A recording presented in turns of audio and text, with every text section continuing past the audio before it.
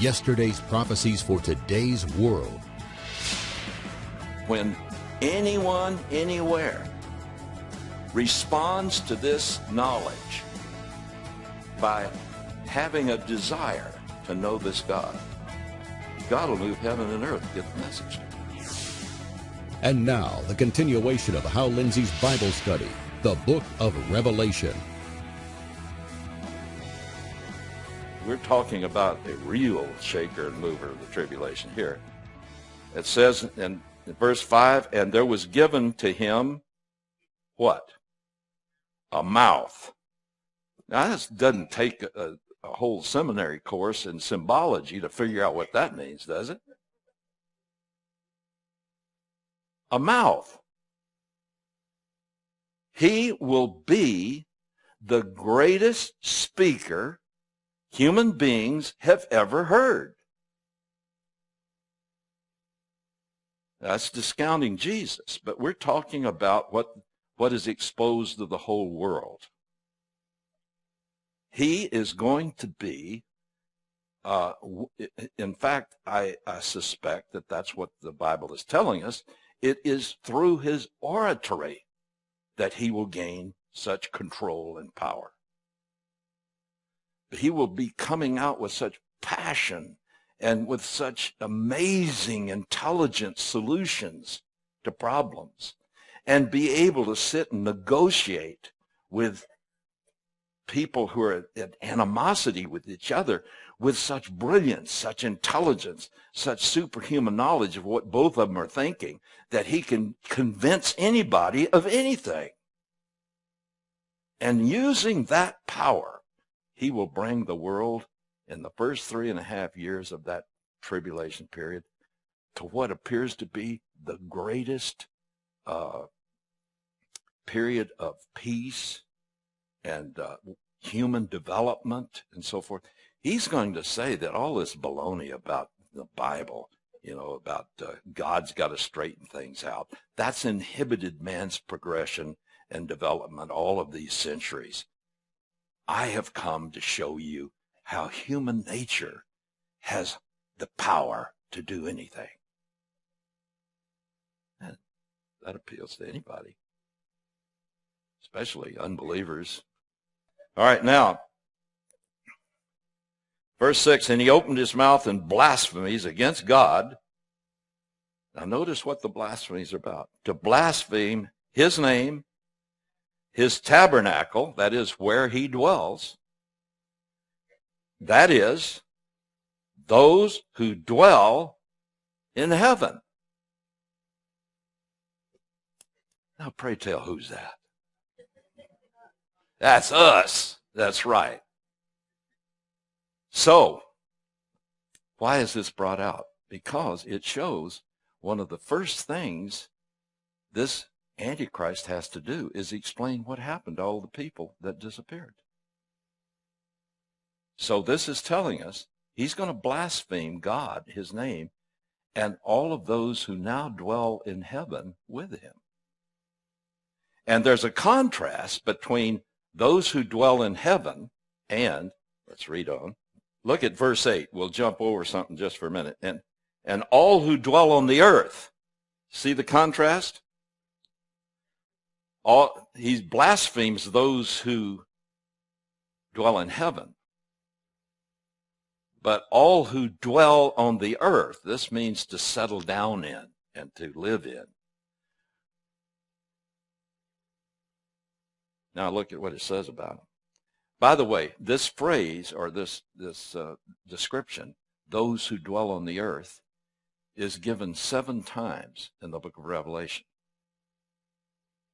And each time it describes something about them.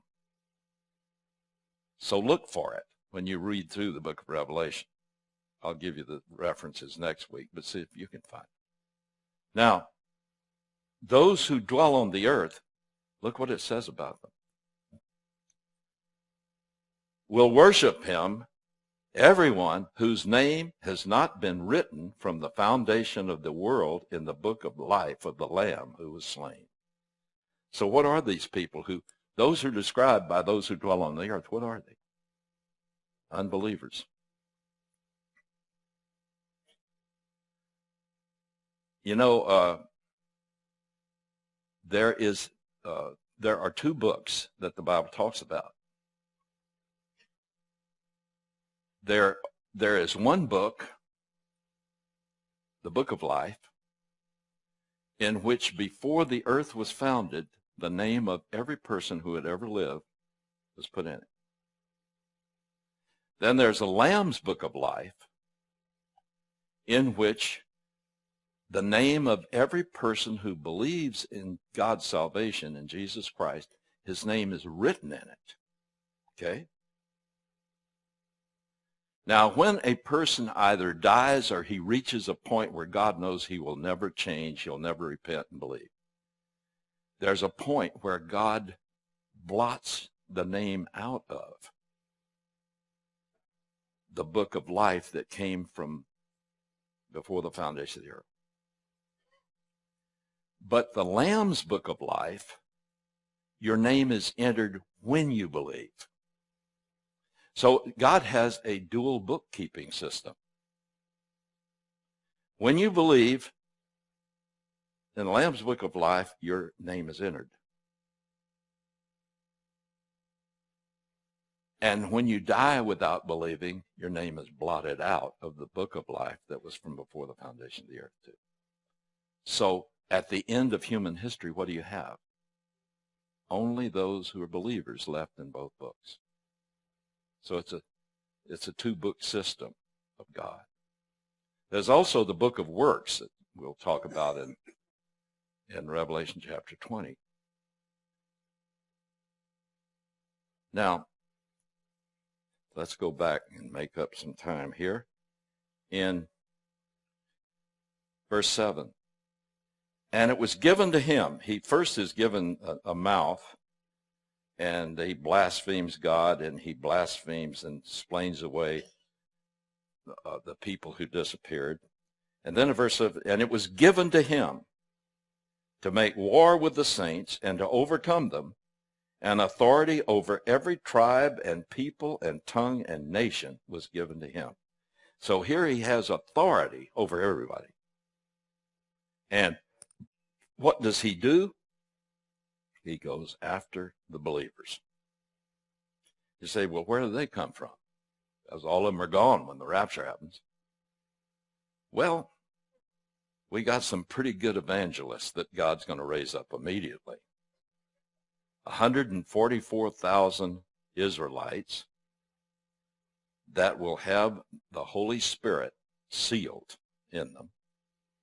They will all be miraculously saved, just as the Apostle Paul was miraculously saved directly. So the 144 Israelites, and they'll be scattered around the world, they will become evangelists immediately.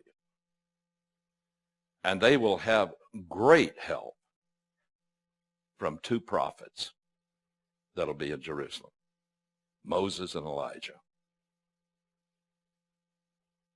And the first 3.5 years of the tribulation, Moses and Elijah will shake up the whole system. And the Antichrist and the false prophet will hate them so much that when God removes their protection in order to allow them to be killed, the world declares a Christmas. They exchange gifts with everybody. Everybody rejoices. And it says the whole world will see their bodies lying in the street of Jerusalem for 3.5 days. And they will see them raised up. See, John knew about satellites coming, television. It's the only way the whole world can see them. And yet it's very clear the whole world will see them. Certain technology had to take place to make what John predicts possible. Now, it says that he will have authority over everyone. And all who dwell on the earth will worship him, everyone whose name has not been found or written from the foundation of the world in the book of life of the Lamb who has been slain. You see, their right to be in the book is because they believed in the Lamb that was slain. Now, in verse 9, if anyone has an ear, let him here. Now, when I was in way back there, it was a long time ago, I was in chapter 3, remember? Chapters 2 and 3. Seems like forever. Remember 7 times, there are 7 letters to 7 churches that were representative of the 7 different kinds of churches that would come in the church age. At the end of each letter, what did it say? He that hath an ear, let him hear what the Spirit says to the churches. Here it just says, he who has an ear, let him hear. Verse 10, if anyone is destined for captivity, to captivity he goes. If anyone kills with a sword he must be killed. Here's the perseverance and faith of the saints. During this time, it is futile to try to fight because the Antichrist controls everything. It says if you fight to survive, you'll be wiped out by the sword.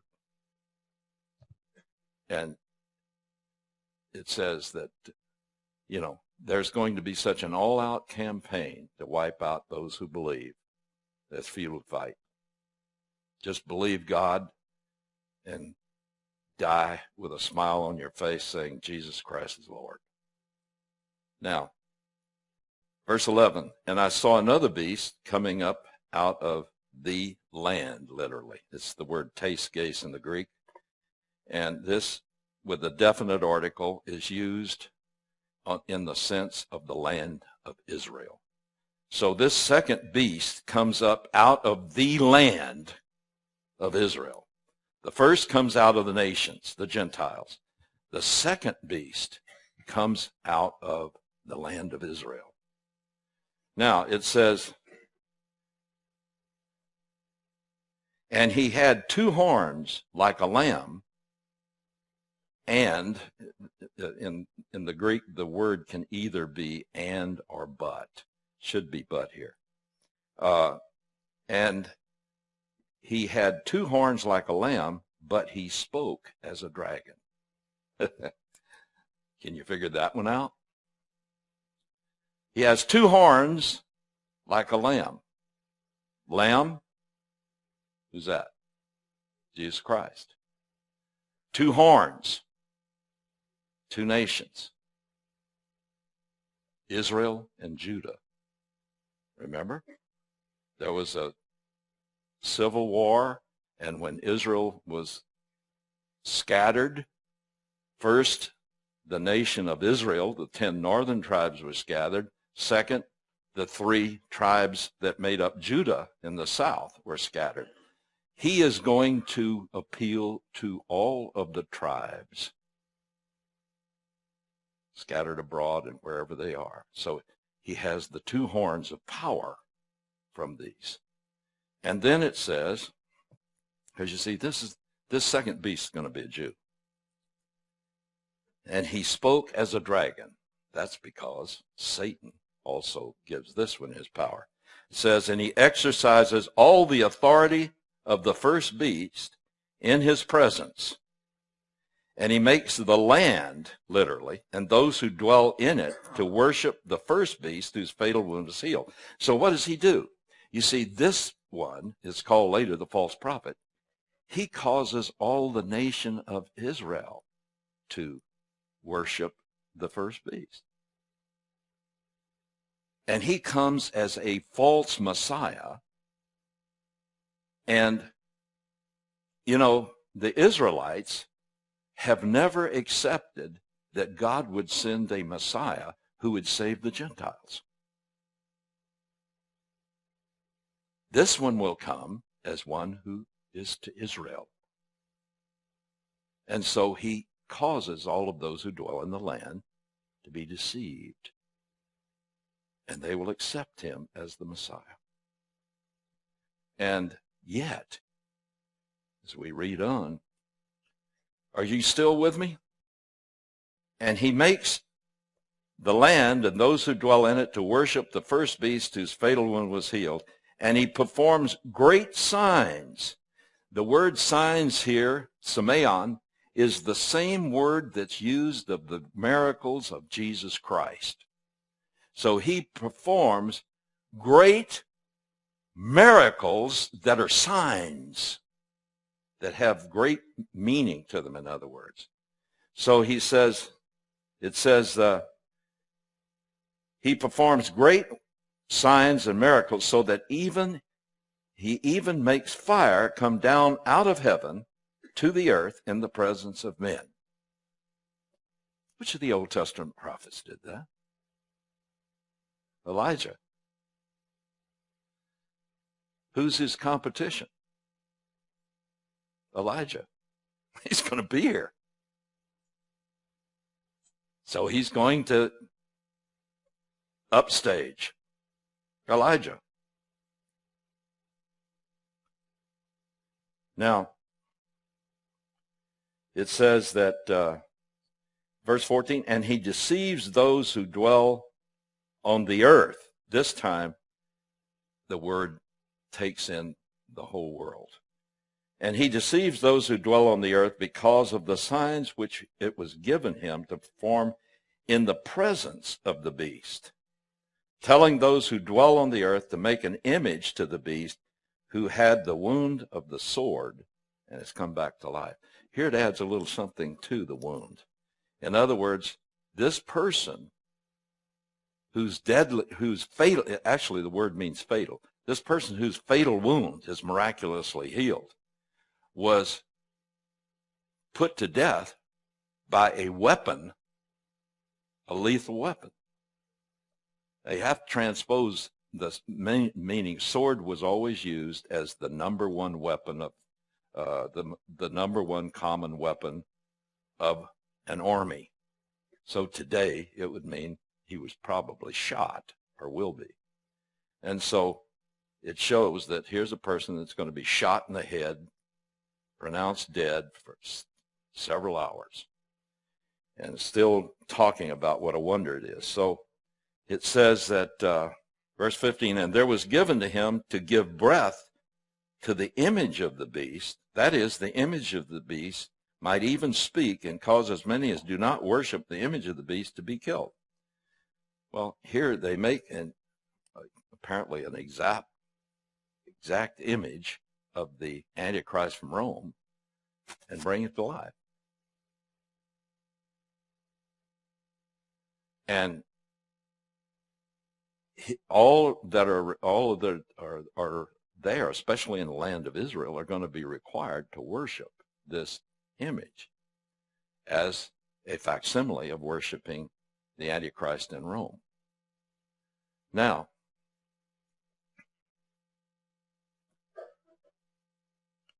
and he causes all, the small and the great, the rich and the poor, and the free men and the slaves, to be given a mark on their right hand or on their forehead.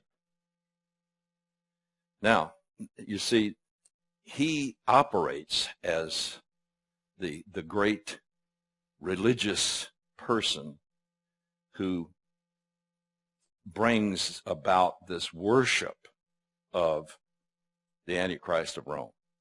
He's the one that instigates the world beginning to see him as more than a man, but as God. So he causes all, the small and the great, the rich and the poor, the free man and the slave, in other words, the whole population of the world, to be given a mark on their right hand or on their forehead, and he provides that no one should be able to buy or sell except the one who has the mark, either the name of the beast, that is, the number of his name. Now, you see Satan's clever ruse here. Satan wants to wipe out all believers. So he sets up an image, and everyone has to worship that image. If you worship the image, you get a mark. If you don't worship it, you don't get a mark. If you don't have a mark, you can't buy, sell, or hold a job anywhere on this planet. So what has he very cleverly done? Exposed immediately every believer on earth. Because only a believer in Jesus Christ would have the courage to reject that mark. No one else would reject it. And so right away, he's exposed to wholesale slaughter everyone who's found that doesn't have that mark. Now, look at this again. In verse 17, it says, he provides that no one should be able to buy or sell except the one who has the mark. That is, the name of the beast. I'm translating from the Greek now because it looks like it wouldn't make sense otherwise. What it's saying is the one who has the mark, that is, the name of the beast, which is the number of his name. That's the way it should be read. Now, the last phrase is something that Bill Gates helped implement. You say, how is that? Because when it says the mark is his name, and the name is digitized because it's a number. And this means that the mark has to consist of some kind of a technology where the number can be tracked and be kept care of. Because how could one man keep track of every person on earth and know whether they have this number of his name in their forehand or their forehead? Technology has finally caught up with John. Now we have it. A little chip can be inserted under your skin, in your hand, or in your forehead. Whichever you want. Probably have the choice. I remember, was it Ginger Rogers who had a mole and she made a kind of a dark spot here when she was way back there in the movies. You can tell how old I am now. But because she had that mole and she emphasized it by putting mascara on it, it became the fad. Oh man, see that? We got to have one too. Well, you can see how people would say, oh, the new fashion's the mark. I can't wait to get one. I want to be like everybody else. Only this time you better get it because you can't buy anything or sell anything. There are chips now that are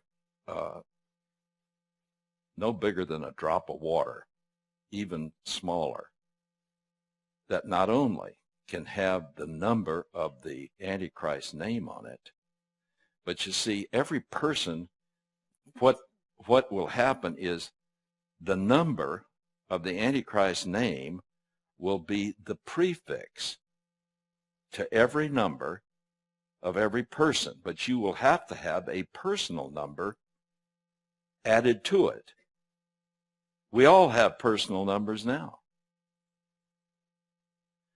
And what the Antichrist will do is say, you cannot buy or sell or hold a job unless your personal number is validated by adding to the front of it my name, which is digitized into a number.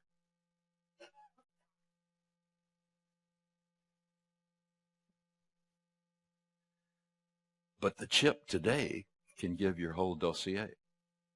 Not only your number, and it can be verified whether you've sworn allegiance to the Antichrist so that you got the prefix that validate it, but it can tell all about you. And it can tell about you, you know, like I can walk up to within 30 feet of that desk back there, and there are readers that can read my chip in my hand at a great distance, and they can look at the computer and tell all about me. That technology now exists. Furthermore, with satellites, every person in the world's location can be spotted to within 1 meter.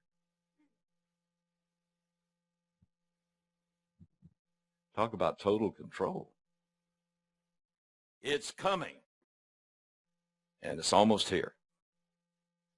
The 10 nations, I believe we can now see the EU, the Western EU, the WEU, as I've said before, first started out as a defense alliance to combat the United States and to block the United States from putting ballistic missiles with nuclear warheads into Europe.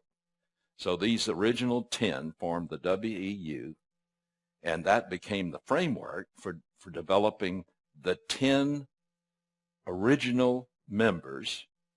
And from that, all the others that have come in are associate members, but only the original 10 are full members of the EU. And I believe it's the 10 in the WEU that are the 10 nations the Antichrist will be. Every time you wake up in the morning, just thank God and say, today may be my last day before you come. And give it your best shot. If you have the guts to be a real revolutionary, come forward right now and accept Jesus Christ as your real revolutionary. And he'll make a revolutionary that'll change lives. Thank you so much for standing with me as a watchman on the wall. I pray daily that he will reward your faithfulness and protect and prosper you in these difficult times. Thank you again for being a vital part of my team. Join us next week for the continuation of Hal Lindsey's Bible study of the book of Revelation. You can find more of Hal Lindsey at his website, www.hallindsey.com. There you can access our video and article archives. Visit our online store for Hal Lindsey CDs, books, and other specialty items.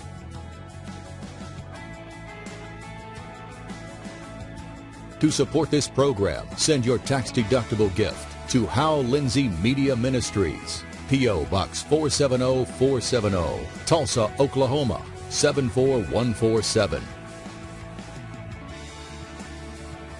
You can also support this ministry online. Visit HalLindsey.com or call 1-888-RAPTURE.